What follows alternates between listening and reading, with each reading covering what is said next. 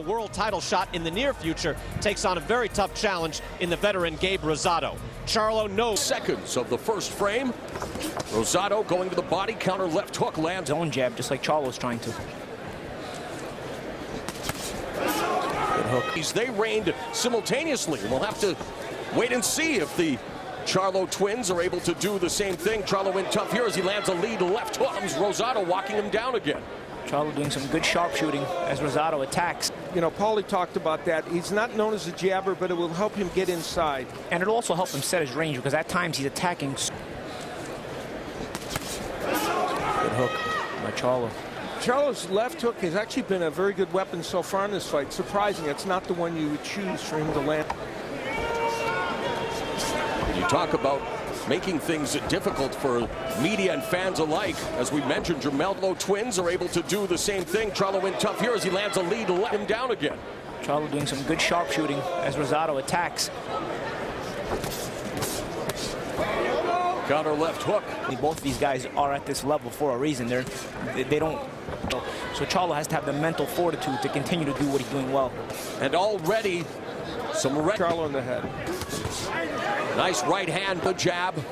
Charlo setting up, jabbing the body, and then the left hook upstairs. Connect right hand combination by Charlo. Rosado with the fire and winning these rounds. Fine. A lot of upper body movement by Rosado. Charlo very composed, though. Again, at 23, there's a nice... Keep it from running as smoothly. You could play one on TV, though, Paul. There's a lead left hook to the body by Charlo. You know, this is the start that Jermell Charlo hoped for in this fight. He's boxed well, his defense has been superb, and he's countered well. And there's evidence of everything I just said. And you talk about mental strength, Charlo maintaining the composure. So, the first half of this 10-round, 154-pound affair is in the books as Rosado gets tagged with that left hook. From a counterpunching standpoint, there's the counter hook that has been so good for him. And Rosado walking down Charlo. Nice combination there. Connects on the face of Rosado by Charlo. Again, going upstairs with that lead left hand. Rosado with the straight right hand. Defense, but he has set down on many occasions with a bunch of punches. And a lot of times he's been... Rosado just had his knees buckled by that shot from Charlo. Rosado's been down 5 times in his career. 20 seconds left in the 7th round.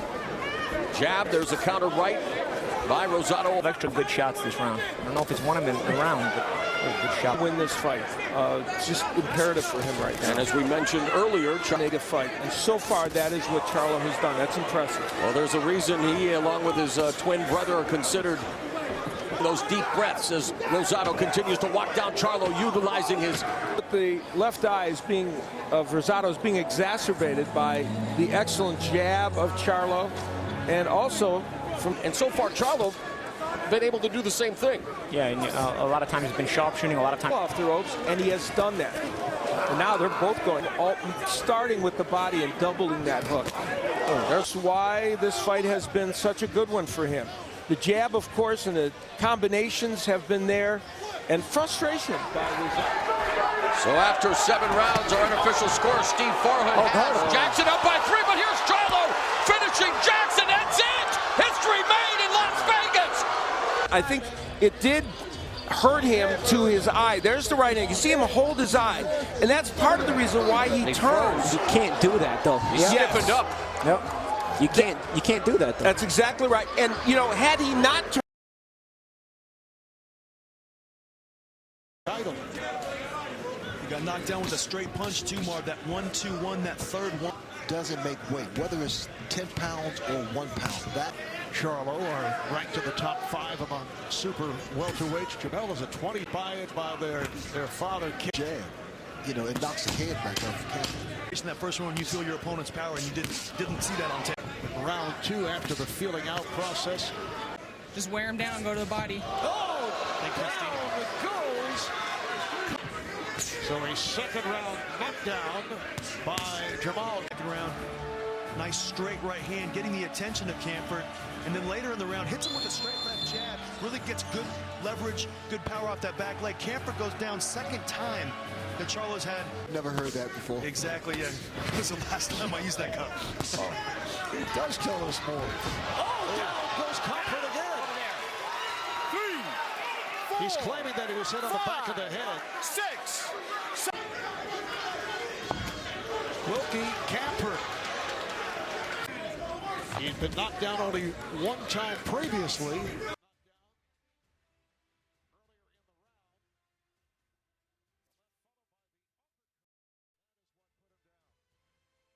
The hands of Wilkie Camper come out, comes right up the middle, splits the guard. Camper goes down and was complaining about a shot in the back. All right, let's check in with boxing commentator Corey Erdman. Our unofficial bye in this 4th round. Beautiful left uppercut by Charlo a second ago that hurt Camper. Hit him in the right eye. I can't see the I can't see anything, and that will do it. Yes.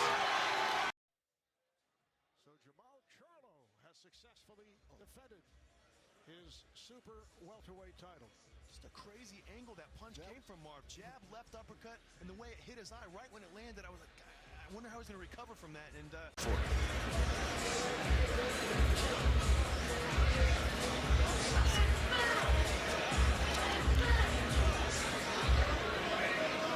be a painful thing, Rick. It is a painful thing, and I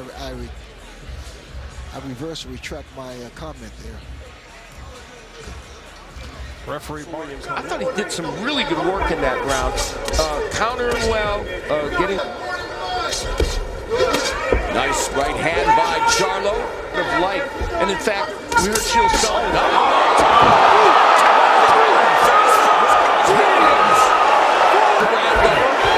Williams went down face first, second time of the fight, second time in his career. He's not hurting. He's not hurting. He's not hurting. This is the end. Goes Williams for the 3rd time. The fight is over. Stay down, stay down, stay down, stay down. Of inactivity due to promotional and legal wranglings, he takes on the walking sequoia of the division, 6'3", Willie Nelson.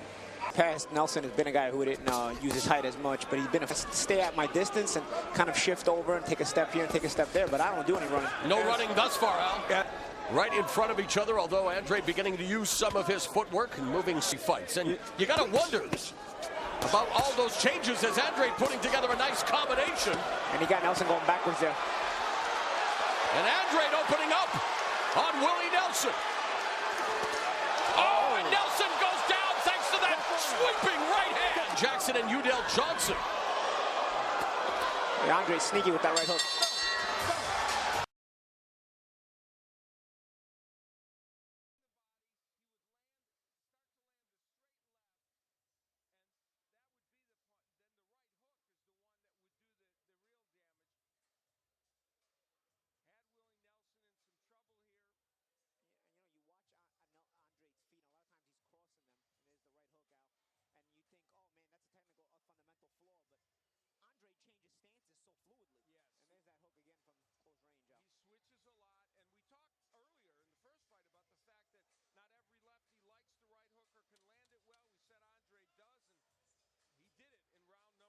His most recent bout against a lefty. He wanted to push Andre back in this fight, but hasn't been able to yet.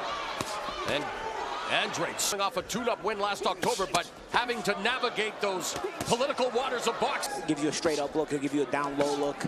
He'll step around. He steps in when he needs to.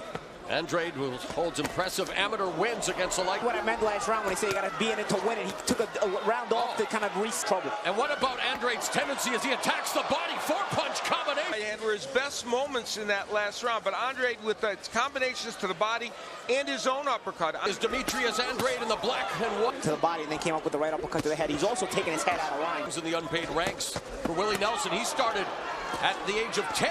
Activity, but Andre has been just as sharp as he could be. Keep his guard up, and this is all to make sure that, hey, like I said before, you got to be in it to win it. Wow, again for 6-punch. The more I see Nelson not being active, the high guard and try to close distance that way, but lead nice right uppercut connects, and again going to the body with the right hand. Demetrius Andre treating Willie Nelson like a heavy bag.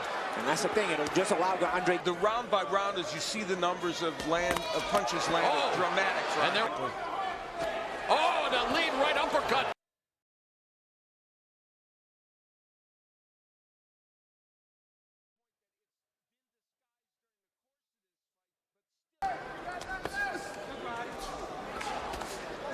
it that way. Well, this one is so stark in terms of that. I'm going to say yes to that. 8. He landed 1 or 2 good ones out. And there's that lead right upper. He's doing. And Andre, side to side, bobbing and weaving, missing, and then unloading a combination of his own. Now Andre beginning to electrify.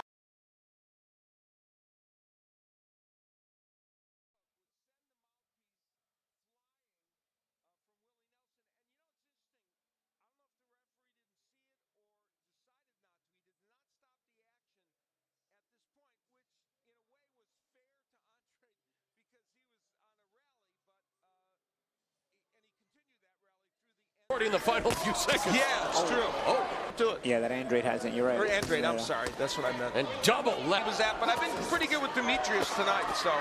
Wow, and he's pretty good. Lead right hand to the body, lead right upper. And wow, rapid fire multi-punch combination to close out the round. This is how to show you the depth of this weight class. Willie Nelson is a very good fighter. If you're just And it continues to be all Demetrius Andrade all the time. Here, and down goes Nelson! Right before the bell!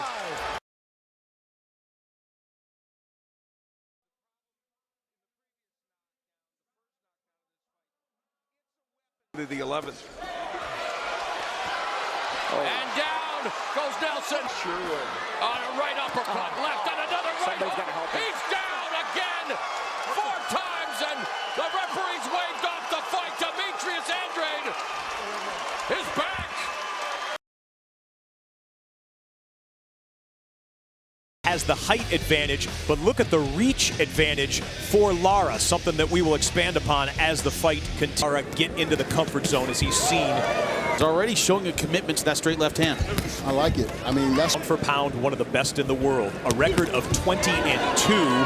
Controversial decision, one horrible decision, and one controversial decision loss to Canelo.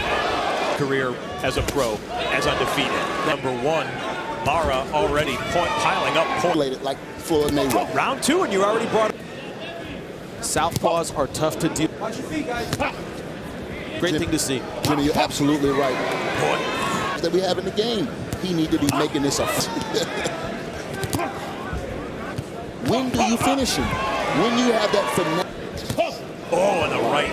That snaps the head back. Reads it, and he's over the top. Oh, and 2 more shots. Try and set up something with a name like Cotto, perhaps. He knows he's got the biggest away. this past week. For the American Dreams, he's one of the best as well. And I haven't tried that yet. Crowd's starting to get on him. Of the Floyd Mayweathers and the Canelo, maybe a rematch. What does he have to do? And they are being entertained, but they also want that finishing touch. And there's a shot that drops Rodriguez to the canvas. Right on cue. 10 seconds left in the round. You cannot be. And a clean sweep on our unofficial scorecard. 6-0. What he wants to do, and he knows how to execute it. 61. Aslandi Lara trying to figure him out, but not getting his own offense.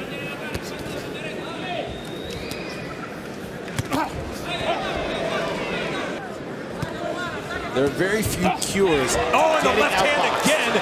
Almost. Into your career and not having the skills to back it up. We've seen that happen. They take for your own good. A dangerous boxer without earning potential that everybody runs from. Lara doesn't want to become that guy. Oh, more scoring shots.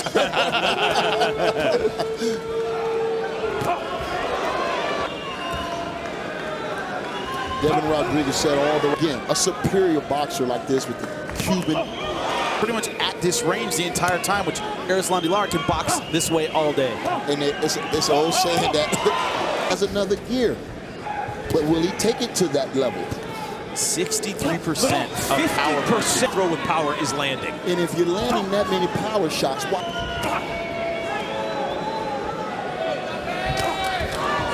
Lara's style is he tends to land that big shot and back off. Rather than combo in, he tends to move out after one big shot. Next level and turn it up. Sit still, let me sport, man. When you're doing something that you love to do, you have the passion for it. As long as you can do it and compete. I know you're a great golfer. That's not what I'm saying, champ. I wish I would. just teeing off, and oh, they won't call that a...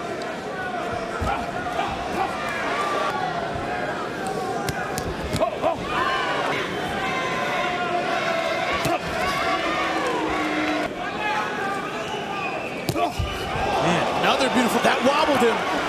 Rodriguez is hurt.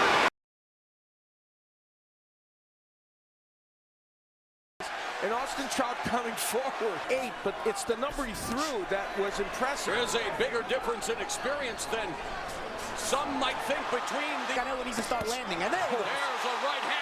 So he kind of met him with that uppercut there. And Canelo loads up with 2, make it 3. Out of is the better combination puncher. Canelo can throw combinations as well. That left hook set up the right uppercut, which I pointed out was thrown from a pretty good distance. And another look at it, pulled the head down of Austin Trout in punching range, and Alvarez just each other. They just want to touch something and maybe try to follow it up. There it goes again. 15 seconds left in the round. Oh, a nice jab from... This is where Canelo Alvarez was able to land that solid jab, and against the left-hander when you're a righty. More Ranello, Al Bernstein, Paulie. You can see that, except for Steve Farwood, who has trying to avoid Trout's jab, and comes back with a straight right hand. Good head movement. Good head movement by Trout's throwing, and we talk about the fact that even though Canelo has had some defensive liabilities, there's a good example of... Goes to the body with the right hand. So what that... Oh, and a nice... Upper low, Canelo backs up from the counter shot from Trout. Trout's controlling this round, and Canelo keeping his hands very low. You know, we've reached the midpoint as a nice right uppercut by Canelo. We take a look at Canelo with his hands low, stationary, as Paulie said. Some are not getting there, but Trout was controlling the action. This is often the case when you have a conventional fighter, and there is Canelo dropping Trout with a straight right. Trout came out to a lazy jab and got counted. Almost done better than Canelo since he's been hurt. Canelo.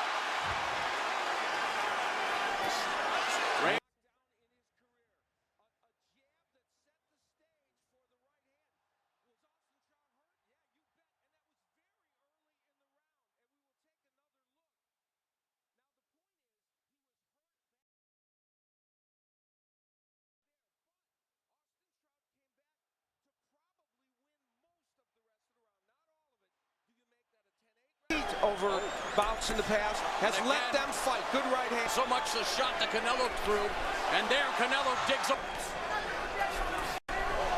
Right. There's a straight right hand. So the point is, we're now going to see whether Austin Trout can pick up the pace. And here's the point.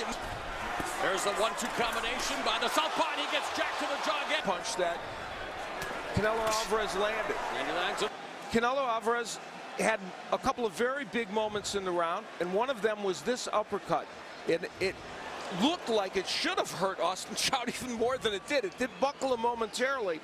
But that means for those of us that are actually watching the fight, good uppercut. 5-0 for Canelo Alvarez. It's a nice commitment to the jab by Trout, though. Regardless, he stays committed to it. Overhand Trout. And we really haven't seen as much combination punching. This was where Austin Trout was buckled by another one of those uppercuts. And for just a moment, the corner of Austin Trout, that they read it directly from. But you're right, Canelo just trying to do his best to avoid the attack of Canelo. Straight left by Trout. 20 seconds left in this bout.